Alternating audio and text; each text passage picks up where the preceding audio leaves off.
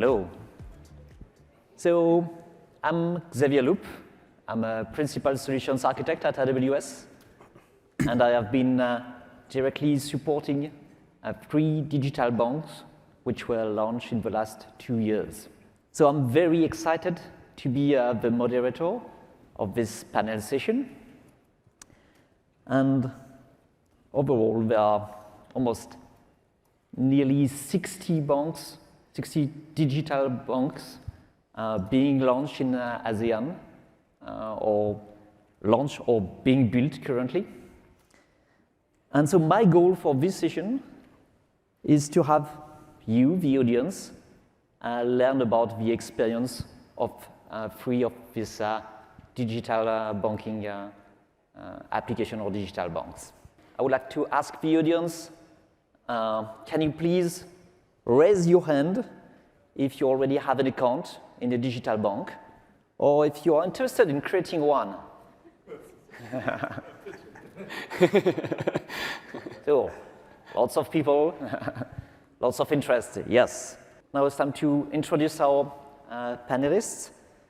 We have Dwepayan Sadhu, is CEO of Trust Bank, the first digitally native bank in Singapore, launched last September.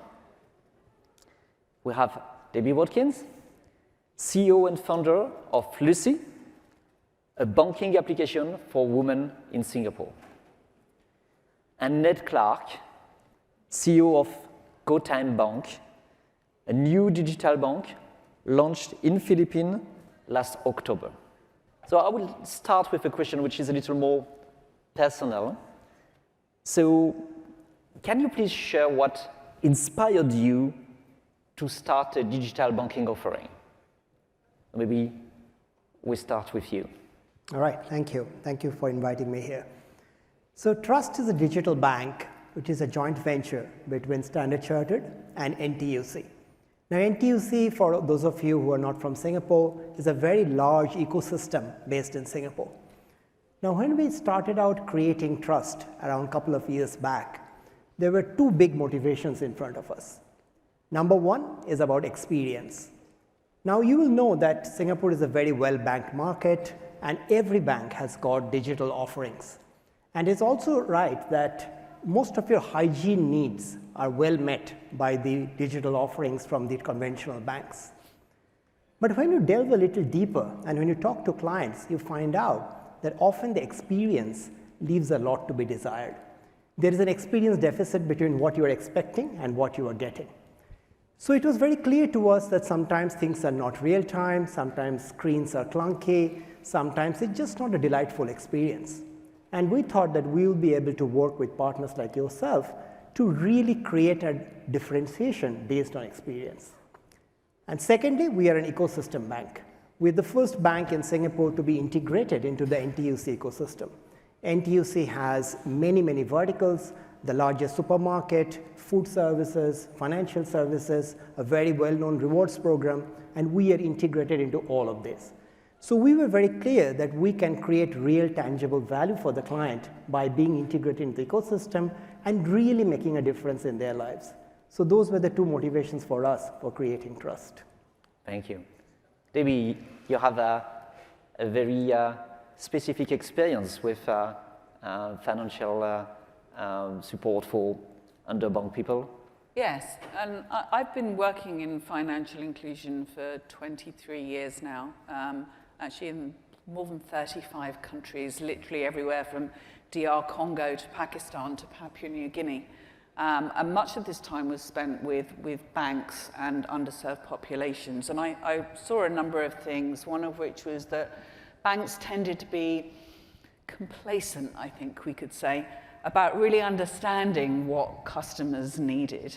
And as a result of this, many people were forced to still continue using informal products and services, even at the same time as they were using formal products and services. And one of the things I always used to say was that, you know, your competition as a bank is not another bank. Your competition is under the bed, because that's where people are keeping their money right now. But nonetheless, what I was seeing as well was that the products were really like one size fits all. And one size fits all, of course, is really one size fits none. And the other thing that I saw was that disproportionately, say, women were underserved, despite the fact that statistically, globally, they're at lower credit risk. And actually, statistically, globally, female-owned micro businesses tend to be more successful than average. And so it was kind of obvious that the banks were kind of really missing a trick here and actually weren't really bothered about that fact. But living in Singapore, where I've been based for the last 9 years, I also saw that to a certain degree this was true in Singapore as well, that there were groups that banks just didn't really want to serve. Foreign domestic workers being a great example. They're really not getting access to the kind of tools and services that they need to help them grow. And so that was really what drove the creation of Lucy. We've designed it from the very beginning that it actually can be global. We work in partnership with banks as opposed to getting our own licenses. And as I always like to say, you know, our plan is to go everywhere that female micro entrepreneurs are underserved, which is basically everywhere. Thank you. Ned, why creating a bank in Philippines? Yeah, so I think maybe on the personal side, the personal inspiration for me actually started at a similar conference to this, where the founders of M-Pesa in Kenya, the e-wallet, were telling their journey of really unlocking the financial potential of the Kenyans at the time. I think it was 2011. Fast forward, I guess 7, 8 years from there, we launched GoTyme Bank in South Africa. So actually, GoTyme Group is headquartered here in Singapore. So even though many of you wouldn't have heard of us, this is a headquarters, a holding company. So we have the largest digital bank in Africa, called GoTyme Bank. And that launched 4 years ago. And then just 6 months ago, we launched GoTyme Bank in the Philippines. And that's a joint venture between GoTyme and the Gokongwei family, who owns, I guess, notable brands like Cebu Pacific, Robinson's Retail. And I think the one thing that makes us quite different is I think, similar to Debbie, we're going after the underserved overall. And when many digital banks launch, even in underserved markets, it's a digital-only launch, either independent brand or with a big digital native e-commerce or ride-hailing giant. We've taken quite a different approach, and we tie up with physical ecosystems, in particular retailers, supermarkets, fashion brands, pharmacies. And we actually do a hybrid model where we allow account opening and service, cash in, cash out, in physical, kind of not branches, but retail stores. To kind of bring that to life, if you walk into a Robinson supermarket in the Philippines or a Pick and Pay grocery in South Africa, you'll be greeted by a GoTyme Bank or a GoTyme ambassador. You'll be told about the product. You'll be ushered over to our kiosk. That kiosk can do 5-minute account opening and personalized Visa card issuance that merges it with that retailer loyalty program. And then all of the supermarket cashiers or till points are enabled with cash in and cash out. And this, we think, is actually the kind of the right approach in an emerging markets launch of a digital bank. So I understand that the customer experience needs to be really different, either to differentiate yourself from the existing banks or to target different populations. So how are you using technology to create a new and better customer experience? Maybe if you want to take it. Sure, thank you. We have been quite fortunate that we have gotten off to a really good start, and in the first 7 months, over 10% of Singapore has joined us. Now, we believe that one of the reasons for our success has been our differentiator on customer experience. And clearly, having a great technology platform supported by partners like yourself have really helped us. So I'll give you 3 specific examples on how client experience has really been elevated through our introduction. Number 1 is an onboarding. From the time you start your application to the time when you complete with a credit or debit card delivered to your wallet, for us is around 2.5 minutes. Now this is globally best in class, and if you compare to Singapore, other players in the market, for the ones who do have a digital offering, it's above 10 minutes. Now in isolation, 10 minutes is not so bad, but once you have experienced a 2.5-minute journey, it feels quite prehistoric. The second is the way we handle real-time interactions. Everything we do in our bank is real-time, and one great example is the referral program. Over 70% of clients have come and joined us through a referral, so one client has referred another. Now these referral programs have existed for a very long time, but they've never really worked for other banks. And one of the reasons they have not worked is the journey is completely physical. There are often referral rewards, but these rewards don't come to you until a very uncertain time in the future. What we did was we digitized this entire process on the back of technology. So when you refer someone, the account gets opened immediately, but also the very small referral rewards gets credited real time. And what we found out was the power of instant gratification is so much higher than anything else. The clients want a small reward delivered immediately than a very large reward at a very uncertain time. Yep. And the third one, of course, is our rewards platform. Singapore is a very reward-savvy market. People love their rewards and their coupons, but the experience mostly is not great because you have to keep track of rewards on various platforms or sometimes even physical. So we built a digital platform which enables merchants to bring rewards to us. For example, when you go to a coffee shop, you have these offers where you get 4 stamps and you get the 5th one for free. It's done physically. We digitized it. So merchants, smaller merchants are very happy to bring offers to us. We bring the offer to the clients, so it's a win-win for all 3 of us. Yes. So those are 3 examples on how we are using technology to improve experience. Yeah, but that's a very direct feeling of getting the reward. Ned, do you want to highlight some of the aspect maybe on the KYC or other aspect where you use technology to improve the experience?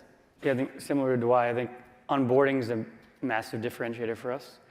I think luckily the competition in the Philippines cannot do 10 minutes, more like 10 days. Because you go into a branch, it's a multiple-hour sign-up process, and then you have to go back to the branch in a week or 2 to get your card. So for us to, in the retail store where you already shop, open an account, give the debit card with your name on it in under 5 minutes is a big, big differentiator. Also similar on the reward, so what we do when we open that account is if you're an existing, there's about 8 million GoKongwei Rewards, Go Rewards members. If you're an existing customer, in the background we merge the program. So in the app you can see the real-time rewards balance. And if they start to spend in store or buy a flight online, they earn 3 times rewards, and they can also do points to cash. And that all being real-time, similar to Dwight says, is really powerful. And the other thing I'll mention is just, I think as important on the unique features we deliver through technology, it's the pace of delivery. And this is where kind of we've been heavily reliant on AWS. So I just, for example, if I compare our build timeline, South Africa to the Philippines, we kind of built in half the time, a third of the cost, wow, and launched with a richer proposition. We kind of moved from about 80% in the cloud to now 100%. So I think the big advantage for us is not necessarily coming up with the best ideas, but just being able to launch them faster than the competition. So we've seen that financial inclusion is a key driver, but maybe can you share some examples on how your bank is reaching out the underserved and underbanked populations?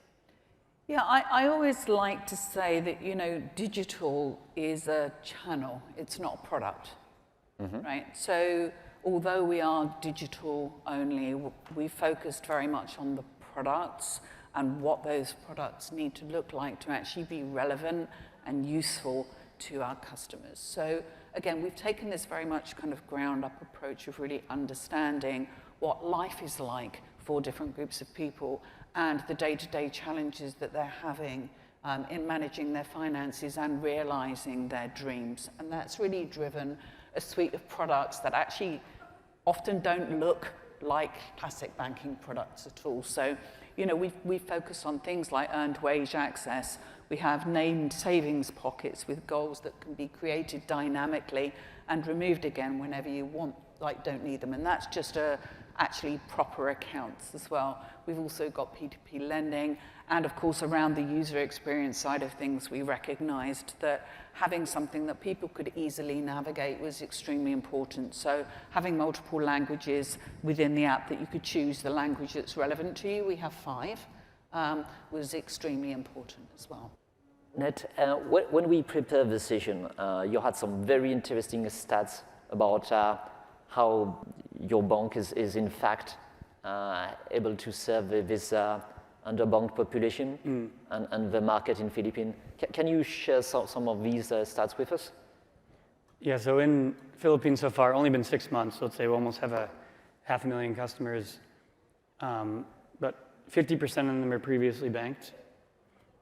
30% are what we call, they actually, if you ask them if they have a bank account, they say no, but they have a payroll account because they basically get paid into the account and they just take out in cash. And then 20% has never had a bank account before. The big way that we are able to access or increase the addressable market is because of that physical presence. So I mean, I think if you think about it, if you think about your colleagues, your parents, there's certain demographics that are willing to go pure digital and trust a new bank. There's a larger set of the population who is unwilling to do so if it's pure digital. And that's very much exaggerated in a country like South Africa or the Philippines. So what our physical presence provides is really 3 things that allows older people, lower income people to trust us to join. The one thing is actually the tangibility of I walk into a supermarket and you see GoTyme Bank, you can come back to it. You know it exists. You know, if you speak to some of the underserved populations, the concept of keeping the money from the mattress into the cloud is very foreign. So that physical tangibility is important. The second thing is actually the human, so that ambassador we spoke about. So being able to have a conversation, explain what a digital bank is, explain what a bank is, help them download the app, teach them how to do it, is really important. And the last thing is cash. So in a developed market like Singapore, you can build a digital bank without a cash solution. But in a market like the Philippines, where more than 90% of retail transactions are still in cash, you need that bridge in and out to be seamless. So those supermarkets and those department stores and those convenience stores provide that in and out. That actually, you know, it's counterintuitive, but if you don't have a really good cash offering in the Philippines, you cannot build a good digital offering. I would like to now go a little more about the challenges. Like, not every experience is perfect, and I think it's important to understand what were some of the challenges you have faced and how you have been able to overcome them. So, Dwepayan, do you want to answer this one? No challenges at all. No, I think clearly we are very delighted with the results, but it has been many, many challenges that we had to overcome. And I'll touch upon some of them. First is scale. Of course, we're delighted with the scale, but scale brought its own challenges. When you scale too fast, we scaled 100,000 clients in 10 days. It was great.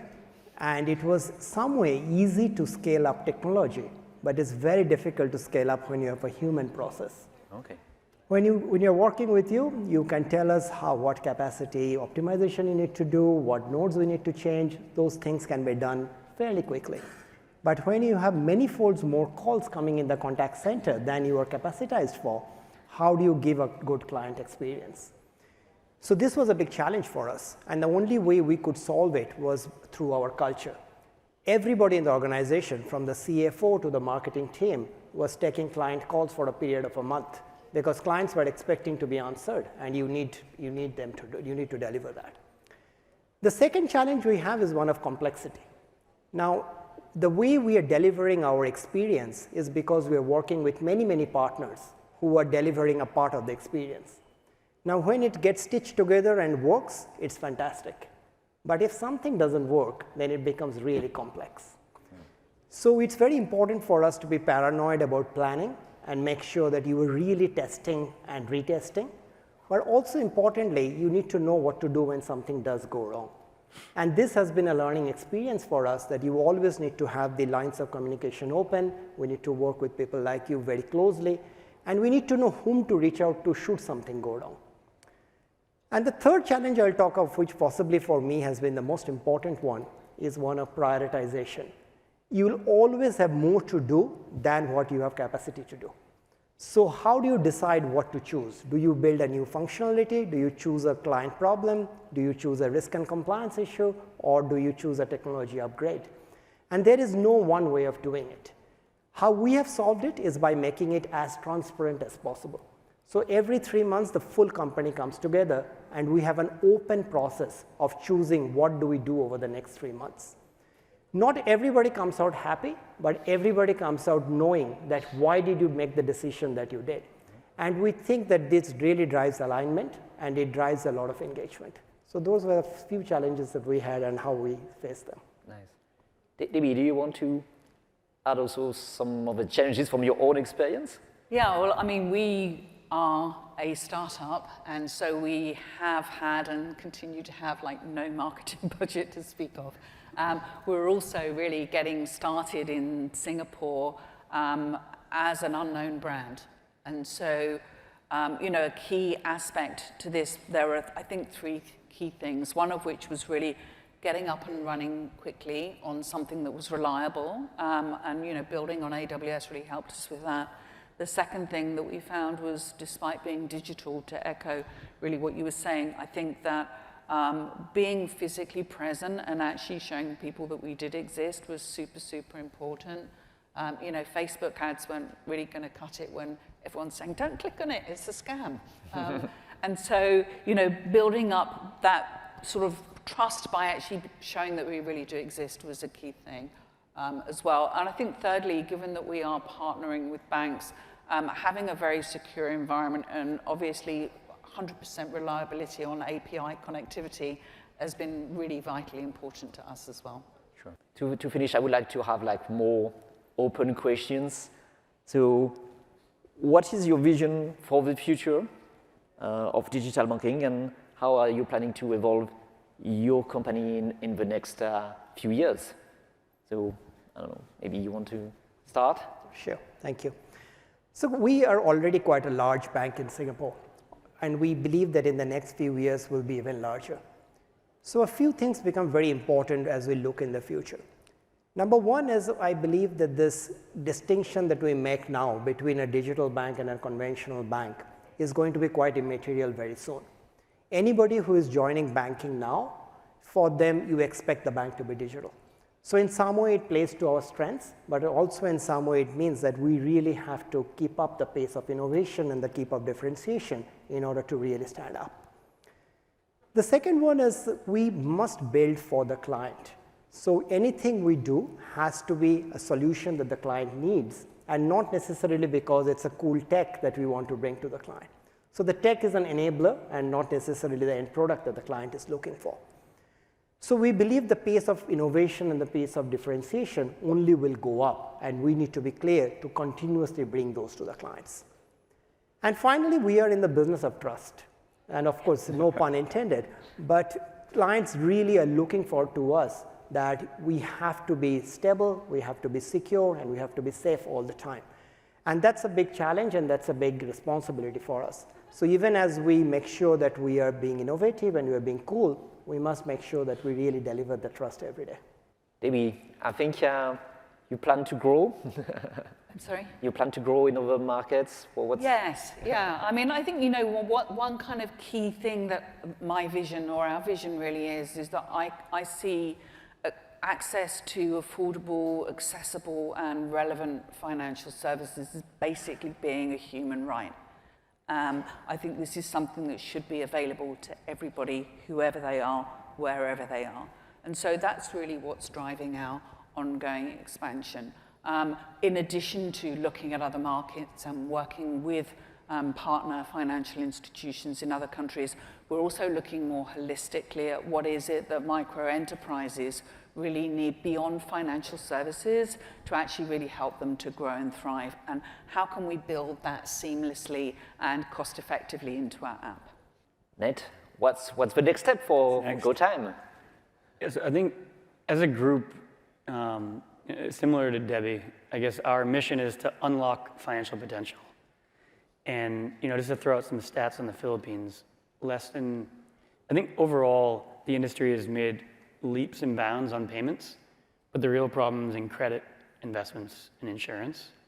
So less than 3% of the Philippines population has access to affordable credit, less than 3% have access to insurance, and less than 3% have access to investments beyond like a basic savings account. So this is where we need to go to quickly. So even though we're launched payments and loyalty, we'll quickly follow with these things. In the Philippines and GoTyme, very much agree with what Dwight's saying. We actually always get lumped with the digital banks, but we actually don't like to call ourselves a digital bank. I think number one, it's a bit confusing for customers because unless you're a tech nerd, you don't know the difference. But number two, so our vision in the Philippines is to become the biggest bank. And one of my team members pulled me aside after saying that one time. He said, "Doesn't that sound a bit arrogant?" And I said, "Maybe, but if you think about it, in the Philippines, there's like a 50 million person underserved problem. It's not a 1-2 million problem. So if we exist to solve the problem, we need to be thinking bigger than the banks who exist, because actually relative to the population, they're quite small." Then maybe as far as Time Group, Philippines is our big step to country number 2, but we're definitely envision going further. So we're looking at other markets here in Southeast Asia. Good. I would like to thank you. Please, the audience, can you please give a big round of applause for our panelists? Thanks a lot. Thank you.